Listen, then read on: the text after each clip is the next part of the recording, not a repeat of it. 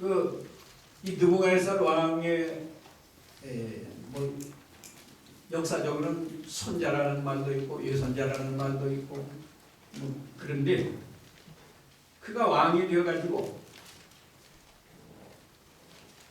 죄질이 너무 나쁘니까 벨사살 왕에게는 회개할 기회가 안 주고 그냥 망하게 하는 거예요. 이게 참 중요한 거예요. 징계를 받아서 회개하는 사람은 복이 있는 거고요. 미안한 이야기지만 그 이건희 씨 같은 분 덜이 엄청 많지 않아요. 그러니까 회개할 기회를 못 갖고 그냥 저 병원에 계시죠. 예? 그분이 사업이 쫙 망했더라마는 어쩌면 회개할 기회가 있고 복음을 믿어서 구원받았을지도 몰라요. 그런데 너무 잘 되다가 한번 쓰러지니까 이제 병원에 있는데 뭐 의식도 없고 이렇게.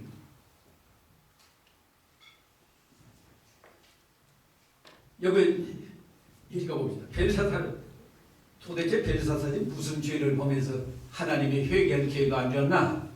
1절에 벨사살 왕이 그 귀인 1,000명을 위하여 큰 잔치를 배설하고 1,000명 앞에서 술을 마시니라. 1,000명을 위해서 잔치를 했으니 그 돈을 하나님 앞에 바쳤으면 교회를 하나 몇 개 지었을지 모릅니다. 이렇게 돈을 권세, 물질 바르게 쓰느냐 바르게 쓰지 않느냐가 또 이게 중요한 거예요. 그 다음에 봅시다. 그것만이야. 벨사살이 술을 마실 때 명하여 그 부친 느부갓네살이 예루살렘 전에서 취하여 온 금, 은 기명을 가져오게 하였으니 이는 왕과 귀인들과 왕후들과 빈궁들이 다 그것으로 마시려 함이었더라. 자, 술잔이 없어서 성전에서 쓰는 기명을 가져오라고 해요. 이게 얼마나 교만하고 하나님을 멸시하고 자기가 하나님의 자리에까지 올라가서 하나님 앞에 사용되는 술잔을 가지고 자기들이 술을 마시겠다. 이건 얼마나 교만한 걸 알 수 있잖아요. 느부갓네살이 교만해도 그렇게까지는 안 했는데 이 벨사살은 느부갓네살보다 더한 거예요. 이제 죄를 범해도요, 죄의 질이 있습니다. 도적질을 해도 하도 먹을 것이 없어서 사흘을 굶다 보니까 먹을 게 없어서 남의 것을 이렇게 도적질하는 사람이 있는가 하면 먹을 거 있어도 고의적으로 그냥 사기를 쳐가지고 몇십억, 막 몇백억, 요새는 뭐 무슨 인터넷으로 죄를 범해가지고 보이스 피싱도 하고 무슨 뭐 여러 가지 해가지고 몇십억씩 그냥 몽땅 사기 쳐가지고 달아난 사람. 질이 다르잖아요. 이 벨사살 왕은 죄를 범해도 이렇게 교만해도 너무 하나님의 자리에까지 올라가고 성전 기명을 갖다 술 마시고 그뿐 아니에요. 3절에는 이에 예루살렘 하나님의 전 성소 중에서 취하여 온 금 기명을 가져오매 왕의 그 귀인들과 왕후들과 빈궁들로 더불어 그것으로 마시고 남자들만 보통 술 마시는 건데 여기 빈궁 여자들까지 다 모아놓고 그냥 방탕하는 술잔치를 벌였다. 얼마나 이 악한 사람들이고 하나님을 떠나니까 방탕하는 생활하고 또 4절에는 무리가 술을 마시고는 금은 동철 목석으로 만든 신을 찬양하니라. 우상숭배지. 살아계신 하나님은 멸시하고 죽은 생명 없는 금은 동철 목석으로 만든 우상은 찬양하고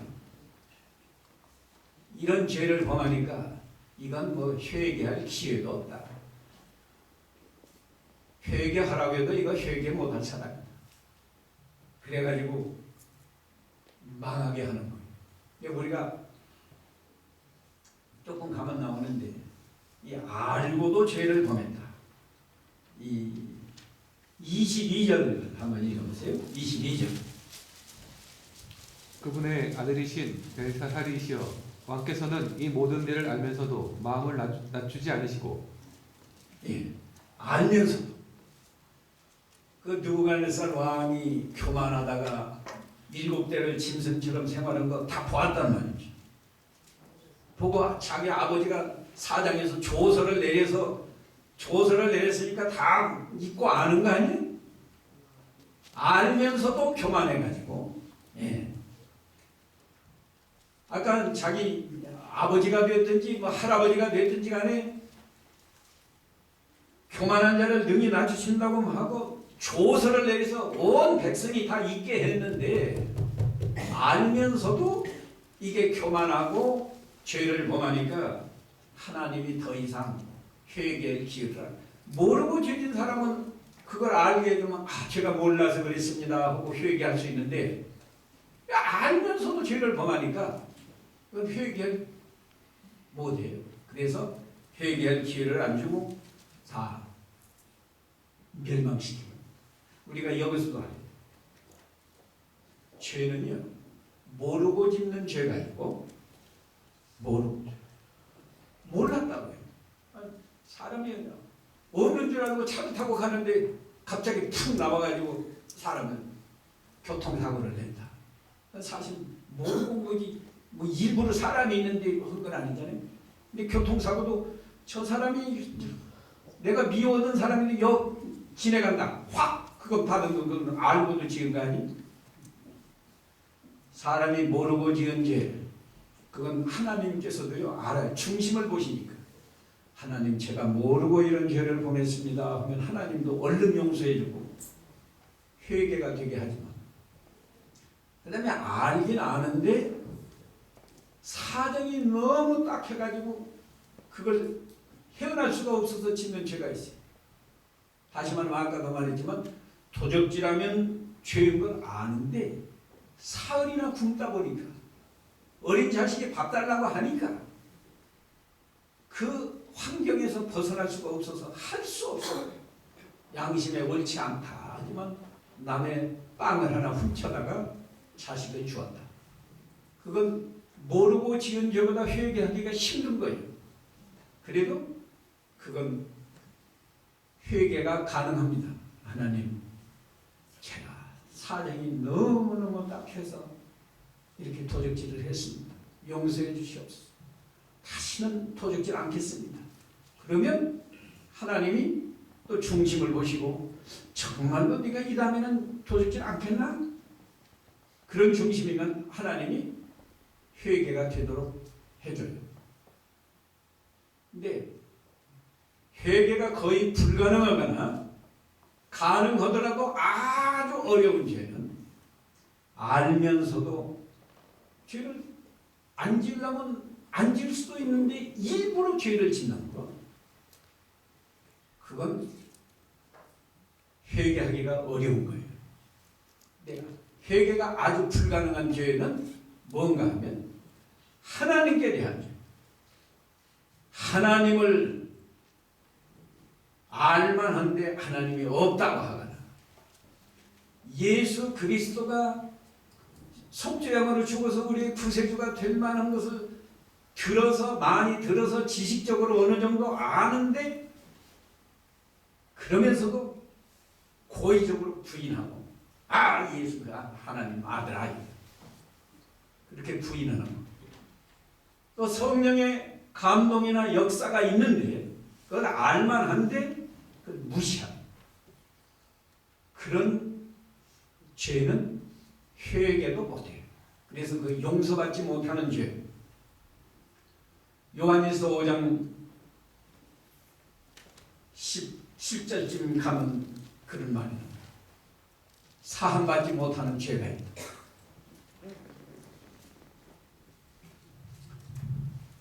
근데 결론적으로 보면 말이죠. 마지막이라도 회개를 했으면 그 용서받지 못하는 죄가 아니고 용서받는 죄인데 끝까지 회개를 못하고 죽어요. 그게 바로 사함받지 못하는 죄입니다. 근데 벨사살 왕의 죄는 얼핏 보면 뭐 별거 없잖아요. 1절에서 여기 4절까지 보면 뭐 술잔치했다, 뭐 성전 기명으로 갔다가 술 마셨다. 성전 기명 갔다가 술 마신 것 물론 나쁘지만 성전을 헐고 거기서 빼앗아온 죄도 만만치 않은 죄 아니에요? 그래도 알고도 이 느부갓네살 벨사살 왕은 알고도 죄를 지었다. 우리가 알고 죄 짓는 거 양심 안 쓰는 거 아니에요, 말하자면. 예? 아, 이건 죄야. 내 양심에 알면서 양심을 똑바로 써야 돼. 양심을 버리기 시작하면 그건 끝장이야. 그러니까 손가락이 나타났어요. 술잔치였는데 이 손가락 여기까지 나타났는지 어떻게 나타났는지는 모르겠어요. 손가락에 나타나가지고 글씨를 막 써요. 왕이 보니까 저 맞은편 벽에 사람은 없고 손가락만 나타나가지고 막 글씨를 써봤네. 근데 그걸 보는 순간에 말이죠, 얼마나 불안하고 두렵든지 막 양쪽 무릎이 친다고 그랬어요. 뭐라고 표현해놨나? 6절에 보니까 이에 왕의 즐기던 빛이 변하고 생각이 번민하여 넓적다리 마디가 녹는 듯하고 그 무릎이 서로 부딪힌지라. 이렇게 무릎이 이렇게 있어야 되잖아요. 얼마나 벌벌 떨는지 막 이렇게 무릎이 부딪히는 거예요. 이 분위기라는 게 있어요. 분위기.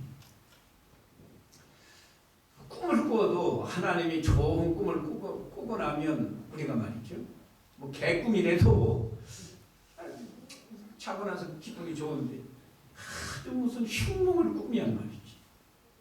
자고 나서 찜찜하다. 교회도요, 이 사경회를 가든지 한번 보면 그 교회 분위기가 다 느껴져요. 가정을 신방을 가도 목사가 그 가정 분위기를 느낍니다. 막 기도 많이 하고 부부가 화목하고 그런 가정은 신방으로 썩 가기 전에 이 집에 가서 무슨 본문을 택해서 말씀을 이 신방 예배를 할까 할 때도 하나님이 얼른 감동을 주어서 적당한 그 가정에 필요한 말씀을 주는데, 어떤 가정은 집에 다 갈 때까지 어떤 본문을 선택해서 할까 해도 안 주는 가정도 있고 말이죠. 네. 또 어떤 가정은 가면 뭐 냉랭하단 말이에요.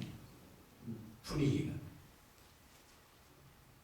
하나님이 축복하는 글을 썼으면 보고 다 좋아했을 건데 하나님이 벌을 내릴 글을 써놨기 때문에 보는 순간에 얼마나 두렵고 벌벌 떨려서 무릎이 서로 부딪혔다.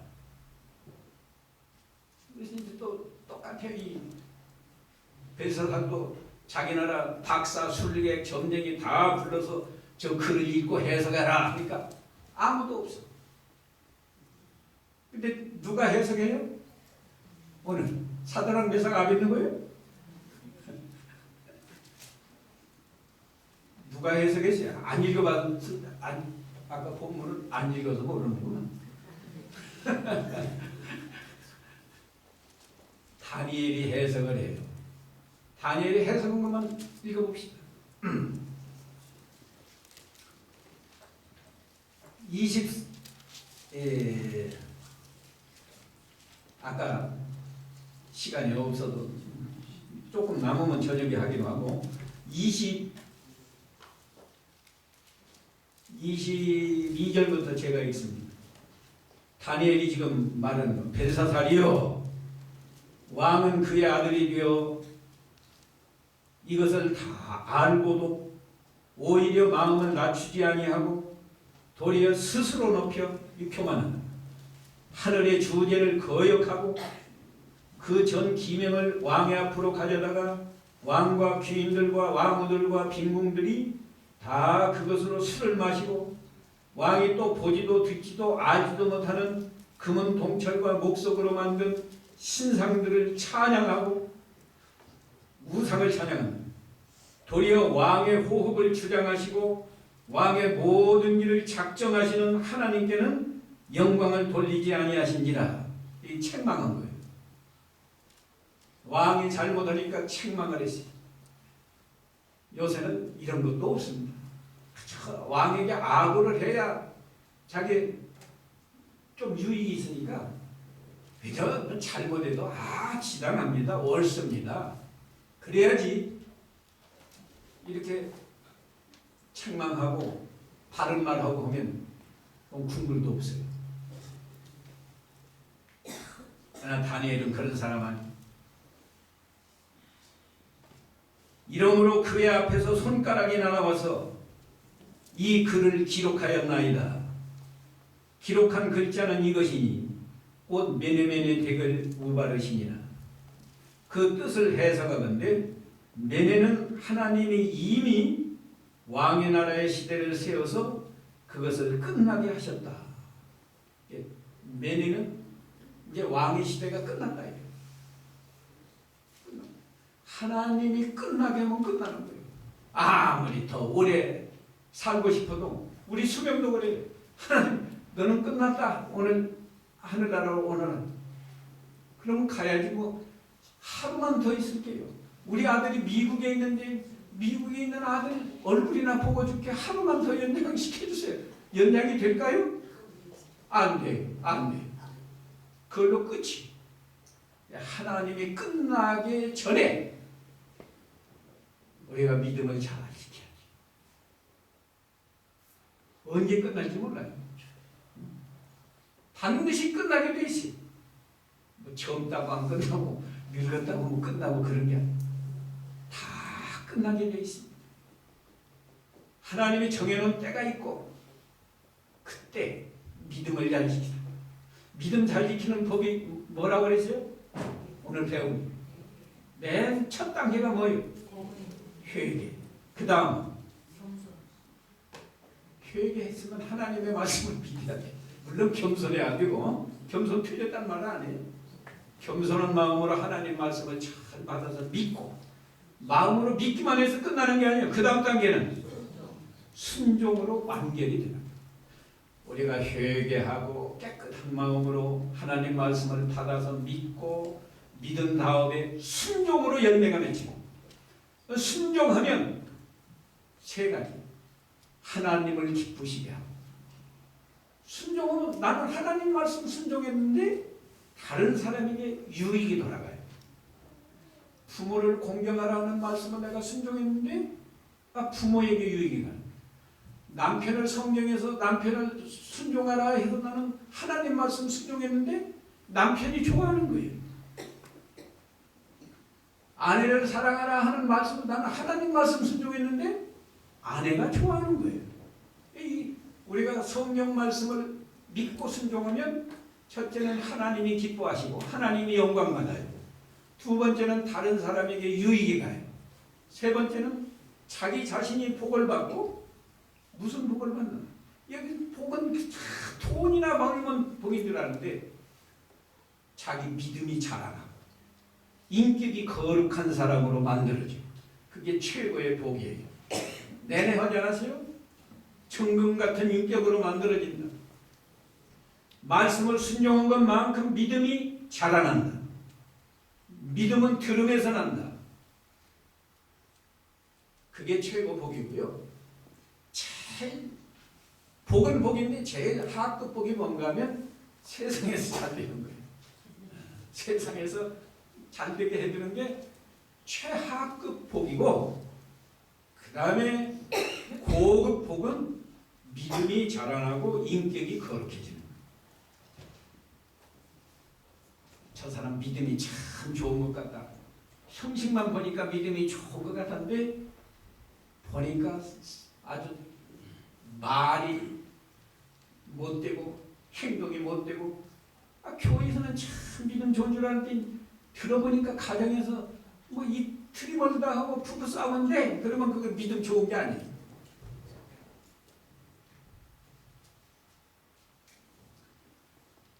하나님이 시대를 세워서 끝나게 했다. 대개는 뭐라고 그러죠? 대개. 예? 왕이 저울에 달려서 넉넉했다, 부족함이 비었다. 원래 이 뜻은요, 대개는 왕이 저울에 달아본다고요. 하나님은 우리 다 달아봅니다. 여러분이 푸주간에 가서 고기 살 때 그냥 주세요 해요? 달아봐요. 요새는 뭐 그냥 다 포장해서 그냥 주죠. 옛날에는 달아서 줄 때 제대로 달아 못 달아 하고 이렇게 잘 보잖아요. 모자라면 모자랍니다. 제대로 근수를 달아주세요. 그러는. 나 한 번 기분 나빴어요. 난 모처럼 우리 집사람 오는데 손님이 와가지고 옆에 가게 가서 딸기를 살라고 하는데 난 딸기가 한 근에 600근인 줄 알았거든. 600g. 딸기 한 근에 뭐 얼마 그래서 딸기 한 근 주세요 그랬더니 400g만 주는 거예요. 왜 400g만 주냐 그랬더니 이 딸기는 400g이 한 그램에 그런 말이 어디 있으면 한 근이면 600g이지. 초등학생도 한 근이면 600g인 거 다 아는데 나만 바보가 됐죠. 하나님이 우리를 달아본다는 거. 너 말하는 게 몇 근짜리냐? 가정에서는 몇 근짜리냐? 교회에서는 몇 근짜리냐? 집사는 몇 근짜리냐? 장로는 몇 근짜리냐? 목사는 몇 근짜리냐? 하나님이 다 달아본다고 해요. 사람의 눈은 속일 수 있어도 하나님의 저울은 못 속여요. 얼마나 이게 우리에게 심각한 말씀입니다. 하나님이 우리를 달아본다는 거. 나는 달아보면 100건 나가겠습니다. 우리가 웃고 지내가는 게 아니에요. 우리가 믿는 하나님은 나의 모든 것을 달아보시는 하나님. 그 다음에 우바르신다고 했는데 베레스라고 해석을 합니다. 우바르신은 동사인데 말이죠. 복수형의 동사. 그 다음에 베레스는 단수. 복수 단수이 뭐 할머니들은 잘 모르실 건데 외국말은 단수와 복수와 그 말이 달라요. 가령 내가 떡을 하나 준다. 한 사람에게 내가 주어도 준다. 또 여러 사람에게 준다도 준다. 그런데 우리말은 그렇지만 외국어는 그렇지 않아요. 전혀 같을 수도 있지만 다른 말도 있다. 근데 뭐 그런 말은 중요한 게 아니고 하여튼 우바르신이나 베레스나 같은 말인데 뜻은 왕의 나라가 나뉘어서 메대와 바사 사람에게 준바되었다 합니다. 이제 바벨론 나라가 망하면 바벨론 나라를 두 쪽으로 딱 나누어서 한쪽은 메대 사람에게 주고 한쪽은 바사 사람에게 준다 그런 뜻이에요. 이 말은 벨사살 왕이 이 왕의 시대가 이제 끝났어요.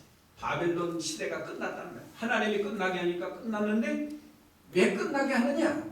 하나님이 저울에 달아보니까 모자란다 이게. 모자라니까 넉넉하면 더 연장시켜줬을지 모르는데 모자라니까 이제 끝날 수밖에 없다 그래요. 그래서 하나님이 끝나게 하고 끝난 다음에 나누어서 준다. 그게 이 5장의 핵심. 여기서 중요한 것은 교만하면 망한다는 거. 교만하면 망. 특별히 알고도 죄를 짓고 교만하면 망한다. 우리는 겸손한 사람이 되어갔는데 교만의 특징이 뭔가? 아까 시편 10편 4절에 보니까 선한 사람이 교만해요? 악한 사람이 교만해요? 악한 사람이 교만해요. 또 교만한 사람은 하나님이 나를 보신다 이렇게 생각합니까? 하나님이 안 봐. 하나님 뭘 보긴 하나님은 뭘 봐? 어느 쪽이 교만한 거예요? 하나님은 안 보신다. 거기서 더 한 걸음 더 나가서 교만한 건 하나님이 없다. 근데 우리는 지식적으로는 하나님이 보신다. 지식적으로는 하나님이 계신다. 그러지만 우리가 실제 생활 속에서 하나님이 안 보시는 줄로 알고 행동할 때는 나도 모르게 내가 교만해진 거예요. 이곳에 하나님이 없는 줄로 말도 하고 행동을 하면 내가 교만해진 거예요. 교만은 하나님이 제일 미워해요. 그래서 우리가 잘 아는 성구 잠언 18장 12절에 보니까 교만은 무엇의 선봉이고 교만은 패망의 선봉이고 패망하는 사람 가운데 누가 제일 먼저 패망하느냐? 교만한 사람. 왜? 아까 교만한 사람은 악하고 하나님이 보시지 않는 걸로 생각하면서 막 죄를 짓고 죄를 짓고 나서도 하나님이 없다 생각하니까 회개도 안 하고 그러니까 제일 먼저 막 그러나 겸손한 사람은 어떻게 될까요? 겸손은 무슨 앞잡이요? 존귀의 앞잡이다. 존귀의 앞잡이.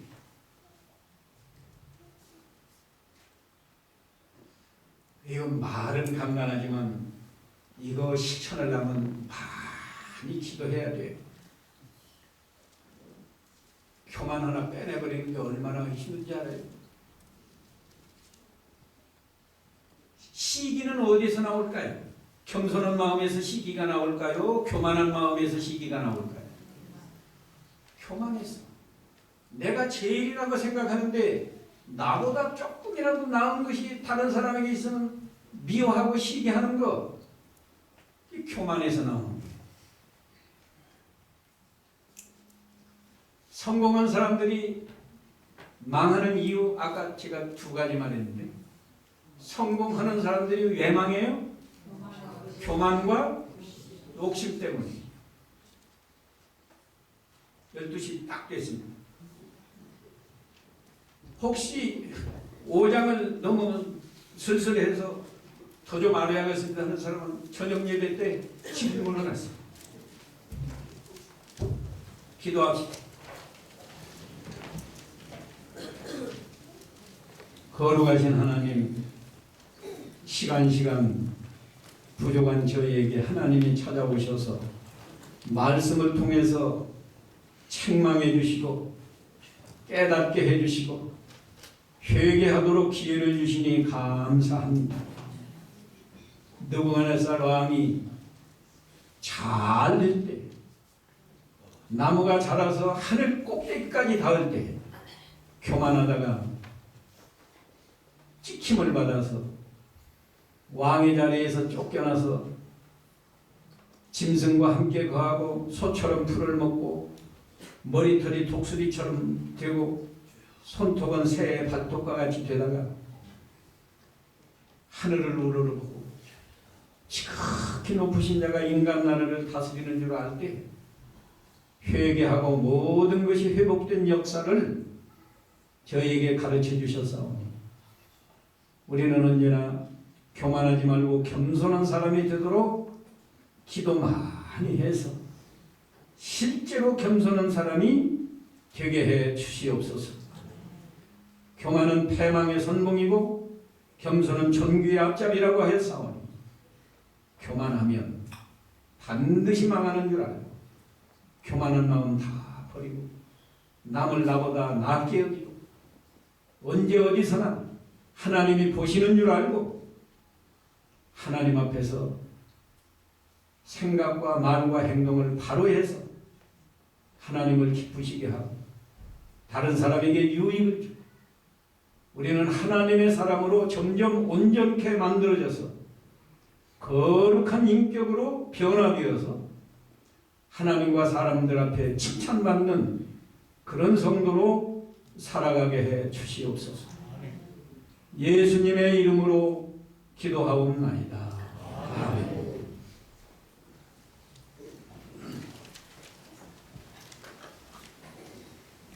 찬송가 304장입니다.